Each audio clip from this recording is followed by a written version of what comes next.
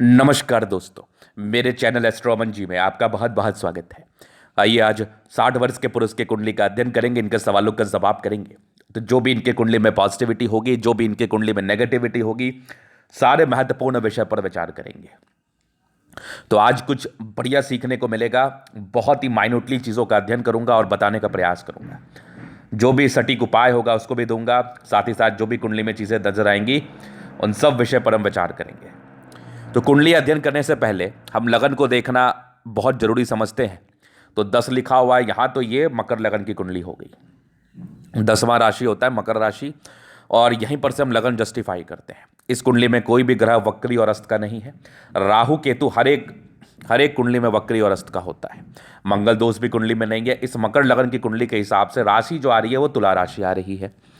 अब मैं विचार करूंगा ग्रहों के बल पर, क्योंकि कुंडली देखने से पहले ना, प्लैनेटरी कंडीशंस को देखने से पहले आप उनके बल पर विचार जरूर करें। तो सूर्य है 3 डिग्री पर बैठा हुआ, ये बाल्यावस्था में है। किसी भी प्लैनेट्स का 3 अवस्था होता है, बाल्या, युवा और वृद्धा। तो सूर्य के रिगार्डिंग आपके जिंदगी पर 30% के अराउंड फल आएंगे। चंद्रमा 11 डिग्री पर बैठा है, ये 100% फल देगा, युवा अवस्था में है। मंगल 28 डिग्री पर बैठा है, ये लगभग वही 30% फल देगा। बुध 24 डिग्री पर है, ये 60% फल देगा। गुरु 16 डिग्री पर है, ये 100% के राउंड फल देगा। शुक्र आपका 0 डिग्री पर है, तो इसके रिगार्डिंग बहुत लेस फल देखने को मिलेंगे, 5 से 7%। शनि 18 डिग्री पर है, ये भी 100%। राहु और केतु दोनों पावरफुल है, तो ये भी 100% फल देगा। तो मतलब आपके मैक्सिमम प्लैनेट 100% फल देने के काबिल है, जो कि अच्छी बात है। अब यहां पर बात समझने की यह है कि अगर शुक्र 0 डिग्री पर है तो क्या ये 100% फल नहीं देगा? तो ये कोई जरूरी नहीं है कि शुक्र आपको एकदम फल ना दे। अगर शुक्र की दृष्टि या शुक्र किसी ग्रहों से दृष्टिगत संबंध में, पावरफुल ग्रहों से दृष्टिगत संबंध में अच्छा होगा तो शुक्र भी आपको फल देगा। वो मैं आगे विचार करूंगा। तो कुंडली में मैक्सिमम प्लैनेट्स आपके 100% फल देने के काबिल हैं। कुंडली में 2 टाइप के ग्रह होते हैं, एक योग कारक होते हैं, एक मारक होते हैं। योग कारक जो आपके लिए शुभ फलदायी है, मारक जो आपके लिए बिल्कुल शुभ फलदायी नहीं है, अशुभ फलदायी है। तो आइए हम विचार करते हैं आगे कौन सा ग्रह किस कंडीशन में बैठा है। अभी मैं ग्रहों पर विचार करूंगा कि इनके प्लैनेट्स क्या कह रहे हैं, क्योंकि उसको समझना बहुत जरूरी है। अभी 60 वर्ष की आयु है, आगे विदेश ये जाना चाह रहे हैं और आगे धन कमाई के लिए भी इनको जानना है। तो धन कमाई के भी क्या योग है, उन सारे महत्वपूर्ण विषयों पर इनको जानना है। तो आप बिल्कुल भी चिंता ना करें, आपके सारे ही क्वेश्चंस पर विचार करेंगे, चीज़ों को गहराई पूर्वक समझाएंगे एवं बताएंगे। तो सूर्य, सबसे पहले सूर्य पर विचार करेंगे। सूर्य कहाँ बैठा है? दूसरा लिखा हुआ है, वृषभ राशि में है, शत्रु राशि में, 8वें घर का स्वामी है, मृत्यु कारक स्थान का स्वामी है, 5म भाव में बैठा है। तो सूर्य की पोजीशन बड़ी अच्छी है और डिग्री वाइज थोड़ा कमजोर है। तो डिग्री वाइज थोड़ा कमजोर है, पोजीशन के अच्छे होने से, अष्टम भाव का मालिक होने से जातक की आयु बड़ी लंबी हो जाती है। तो सूर्य कोई गड़बड़ नहीं है। पुत्र बड़े पराक्रमी होते हैं, पुत्र पुत्री बड़ी पराक्रमी होती है, इस बात में कोई संदेह नहीं है। सूर्य की दृष्टि 11वें भाव पर पड़ रही है, पैसा भी खूब कमाएंगे, नाम और शोहरत भी खूब कमाएंगे अपनी जिंदगी पर। तो सूर्य एक प्रकार से अच्छे कंडीशन में है। अभी मैं चंद्रमा विचार करूंगा, चंद्रमा कहाँ बैठा है ये देख लो आप। चंद्रमा यहाँ पर 7 लिखा हुआ है, तुला राशि में है, 7वें घर का स्वामी, पत्नी कारक स्थान का स्वामी होके कैरियर के हाउस में बैठा है। तो 10म भाव में चंद्रमा का बैठना बहुत ही अच्छी स्थिति होती है। जातक के लाइफ में प्रॉब्लम्स का निवारण है 10म भाव का चंद्रमा। जातक का कैरियर बहुत ब्रॉड होता है और चंद्रमा विदेशी दृष्टि से धनलाभ कारक ग्रह होता है। और अगर इसकी स्थिति 10म भाव पे पड़ जाए तो जातक के विदेशी दृष्टि से धनलाभ होने के चांसेस बहुत ज़्यादा बढ़ जाते हैं। और ये विदेश में जाना चाह रहे हैं, विदेशी धरती से धनलाभ करना चाह रहे हैं, तो बहुत चांसेस हैं कि आपको विदेशी धरती से धनलाभ हो, बहुत चांसेस हैं। तो चंद्रमा चूंकि पत्नी कारक स्थान का स्वामी और कर्म के कैरियर के हाउस में जाकर बैठा है, तो शादी के बाद की भाग्योदय भी होती है। चंद्रमा की दृष्टि 4थे भाव पे पड़ रही है, तो चंद्रमा गाड़ी मकान वाहन का भी उच्च स्तरीय सुख देता है। मंगल गुरु शनि की दृष्टि चंद्रमा पर है, तो मंगल की दृष्टि चंद्रमा पर होने से धन की आगमन बड़ी अच्छी रहती है, प्रॉपर्टी डीलिंग में अच्छा धन लाभ कमा सकते हैं ये। और गुरु की दृष्टि भी चंद्रमा पर है, तो गज केसरी योग का भी एक आंशिक रूप से निर्माण हुआ है, जहां पर से जातक लोकप्रिय होते हैं, जातक बहुत साहसी होते हैं, पराक्रमी होते हैं, इस बात में कोई संदेह नहीं है। तो चंद्रमा बहुत बहुत प्रबल है। मंगल पर विचार करेंगे। मीन राशि का मंगल है, 12 लिखा हुआ है, चौथे 11वें घर का स्वामी तीसरे में है।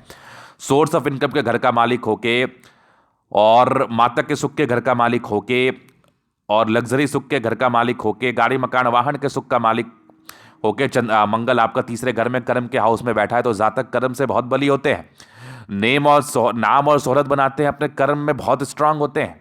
और मंगल तीसरे घर में बैठा है, ऐसे व्यक्ति बड़े पराक्रमी होते हैं। तीसरा घर कहीं ना कहीं कर्म का हाउस होता है और हिम्मत और पराक्रम समर्पण का हाउस होता है। कोई भी कार्य कोई बड़े समर्पण के साथ करेंगे, बड़े हिम्मत के साथ करेंगे, इस बात में कोई संदेह नहीं है। और अगर देखा जाए तो अब विचार करेंगे बुध पर। बुध कहाँ बैठा है ये देख लो आप। बुध बैठा है, सूर्य बुध की स्थिति है। बुध इनका डिग्री वाइज 24 डिग्री पर बैठा है। दूसरे घर वृषभ राशि में, मित्र राशि में, भाग्य स्थान भाग्येश बुध, षष्ठेश बुध, रोग ऋण कर्जा के घर का स्वामी होकर बुध और भाग्य स्थान का स्वामी होकर बुध पंचम भाव में बैठा है। सूर्य बुध के साथ बुधादित्य राजयोग बनाया है। डिग्री वाइज दोनों ही प्लैनेट कमजोर है, तो सूर्य को बल देने के लिए आप रोजाना सूर्य को जल दीजिए। बुध आपका भाग्येश है, षष्ठेश भी है, तो अच्छी स्थिति में है, अच्छे घर में है, पंचम भाव में, तो रोग जल्दी नहीं होगा क्योंकि रोग के घर का स्वामी मजबूत कंडीशन में जाके बैठ गया है। लेकिन बुध को अगर आप बल देंगे ना तो भाग्य से और आप तेज हो जाएंगे। एक पन्ना रत्न आपके लिए कंपलसरी है, हाईली कंपलसरी है। चमत्कारी फायदा आएगा, जिंदगी बदल जाएगी, जिंदगी में बहुत बड़ा परिवर्तन आएगा, बहुत बड़ा परिवर्तन, इस बात की गारंटी है। अगर आप व्यापार करना चाह रहे हैं तो बुध से जुड़ा हुआ आपका व्यापार होगा। व्यापार में भी दिन दोगुनी रात चौगुनी करेंगे आप। और जितने नेगेटिव प्लैनेट है आपकी कुंडली में, सबको बैलेंस्ड करने के लिए बुध बहुत ही कैपेबल ग्रह माना जा रहा है, बहुत ही उम्दा ग्रह माना जा रहा है। इस बात में कोई डाउट नहीं है, कोई संदेह नहीं है। तो कमाल का बुध आपकी कुंडली में, कमाल का बुध। एक पन्ना आप immediately as soon as possible धारण कर लीजिए। अभी गुरु पर विचार करेंगे। गुरु 11 लिखा हुआ है, यहां पर कुंभ राशि में है, समांतर राशि में, 12वें तीसरे घर का स्वामी दूसरे घर में बैठा है, खर्च के हाउस का स्वामी है और कर्म के हाउस का स्वामी है। ये बैठ गया आपके दूसरे घर में, तो खर्च की स्थिति बढ़ाता है, ये याद रखना। क्योंकि गुरु धन हाउस में बैठा है तो बैलेंस्ड भी करता है, पैसा बचाने की टेंडेंसी भी रहती है, लेकिन खर्च की स्थिति ज्यादा हो जाती है। और दूसरे भाव में बैठने के बाद बृहस्पति कहीं ना कहीं आपको धन तो देता है, लेकिन उसी के साथ साथ एक्सपेंसेस भी लाता है। कर्म का हाउस का भी मालिक है, तो कर्मठ भरे आप हैं। गुरु की दृष्टि छठे भाव पर है, तो बैलेंस्ड कर रहा है कहीं ना कहीं शुक्र को। और यहाँ पर अगर मैं ठीक से आपको दिखाऊं तो कहीं ना कहीं ये बैलेंस कर रहा है शुक्र को। और गुरु की दृष्टि आपके अष्टम भाव पर है, मृत्यु कारक स्थान पर भी दृष्टि है, तो कहीं ना कहीं ये भी बैलेंस्ड कर रहा है, इसमें कहीं कोई संदेह वाली बात नहीं है। अभी मैं विचार करूंगा शुक्र पर। शुक्र कहाँ बैठा है ये देख लो आप। शुक्र बैठा छठे भाव में है, अच्छा है, डिग्री वाइज कमजोर है, पंचमेश है, दशमेश है, किरण के स्थान का स्वामी है, पंचम भाव का स्वामी है। क्योंकि गुरु इससे दृष्टि करके, गुरु और शुक्र में मित्रता है, तो ये मिथुन राशि में शुक्र है, तो गुरु इससे दृष्टिगत संबंध में है, गुरु इसको देख रहा है, तो कहीं ना कहीं बैलेंस कर रहा है। लेकिन सूर्य में बल रहता तो आपको दिक्कत ही करता, अच्छा है बल नहीं है, क्योंकि ये खराब स्थान में जाके बैठा ना, त्रिक स्थान में बैठा है, तो इसको बल के लिए आप इसके लिए उपाय भी ना करें, आप कोई जरूरत नहीं है इसके लिए उपाय करना। गुरु के स्वामित्व की वजह से, गुरु की दृष्टि की वजह से शुक्र आपको गुरु के अनुकूल फल देगा, गुरु के हिसाब से फल देगा, क्योंकि गुरु डिग्री वाइज बहुत स्ट्रांग है और शुक्र को यह पूर्णतः बैलेंस्ड कर रहा है। अभी शनि पर विचार करेंगे हम। शनि मकर राशि में, अपने ही राशि में, क्या दिक्कत है? पहले दूसरे घर का स्वामी है, पहले घर में बैठा है, कमाल, बेमिसाल, डिग्री वाइज बहुत ताकतवर, बहुत ताकतवर। तो शनि आपका बहुत पावरफुल है, ये आपको एक्सट्रीम धन लाभ कराएगा। और एक मैं आपको सच्चाई बताऊं, शनि 18 डिग्री पर है, केतु, राहु और केतु 19 डिग्री पर है। राहु और केतु की स्थिति लगन में है और शनि की स्थिति लगन में है, तो केतु के पीरियड में आप करोड़ों कमा लेंगे, गारंटी मेरी है, करोड़ों कमा लेंगे। करना क्या है, एक नीलम रत्न धारण कर लीजिए, शनि को और थोड़ा पावर दे दीजिए, क्योंकि शनि आपके लिए योग कारक है, अपने ही घर में बैठा है, अपने ही घर का मालिक होके, चाहे केतु रहे या राहु रहे, कितना ही ताकतवर ग्रह क्यों नहीं रहे, शनि उसको बैलेंस कर लेगा, शुभ फलदायी देगा। और राहु केतु के लिए कंसेप्ट है, ये ऐसे ही छाया ग्रह होते हैं, तो इसके रिगार्डिंग शनि राहु और केतु को बैलेंस्ड करते रहेगा। शनि जो है ना, यहां पर आप ऐसे समझो, राहु केतु चोर है और शनि इसका सरदार है, तो शनि राहु केतु को बैलेंस्ड करके अपने अनुकूल फल दिलवाएगा, जो इच्छा करेगा शनि का वो फल दिलवाएगा। और शनि को अगर आप और बल देते हैं तो शनि आपके लिए और लाभकारी फल देगा, क्योंकि शनि ऐसे आपका बली है, लेकिन राहु और केतु दोनों का इंपैक्ट शनि पर पड़ रहा है ना, दोनों को शनि को बैलेंस्ड करना है। तो शनि के लिए आप नीलम पहन लीजिए। अब मैं बता रहा हूं, केतु के पीरियड में ना गजब का फल आने वाला है, राहु के पीरियड में शनि के द्वारा गजब का फल आने वाला है। तो शनि आपका बहुत पावरफुल है, राहु केतु को बैलेंस करने के लिए एकमात्र यही सहारा है। अगर केवल यहां पर केतु रहता ना, शनि नहीं रहता, या फिर शनि डिग्री वाइज बहुत कमज़ोर रहता, राहु केतु से कमज़ोर रहता, तो फिर आपको दिक्कत हो जाता। लेकिन ये बहुत पावरफुल है, और आप इसको पावर देने के लिए आप एक रत्न नीलम धारण कर लो, कोई दिक्कत वाली बात नहीं है, और फायदा आएगा। और ऐसे भी नीलम आपको सजेस्ट भी है, लग्नेश है, शनि लग्नेश है आपका, राहु बैठा आपके कर्क राशि में, कोई दिक्कत वाली बात नहीं। कर्क राशि का राहु उतना नुकसानदेह नहीं होता है, 11 में पहले तीसरे पर दृष्टि है, अच्छा ही फल देगा, थोड़ी वाइब गुस्सैल होती है। और केतु आपका लगन में बैठा है, शनि के साथ केतु, शनि के द्वारा ही फल देगा, 5वें 7वें 9वें घर का स्वामी है को देख रहा है केतु, मकर राशि में बैठ के शनि के स्वामित्व का थोड़ा फल देगा।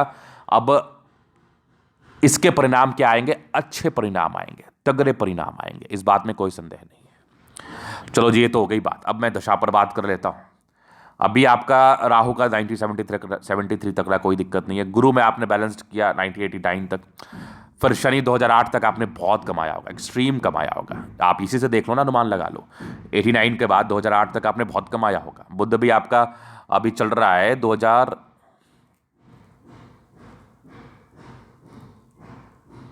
एक मिनट,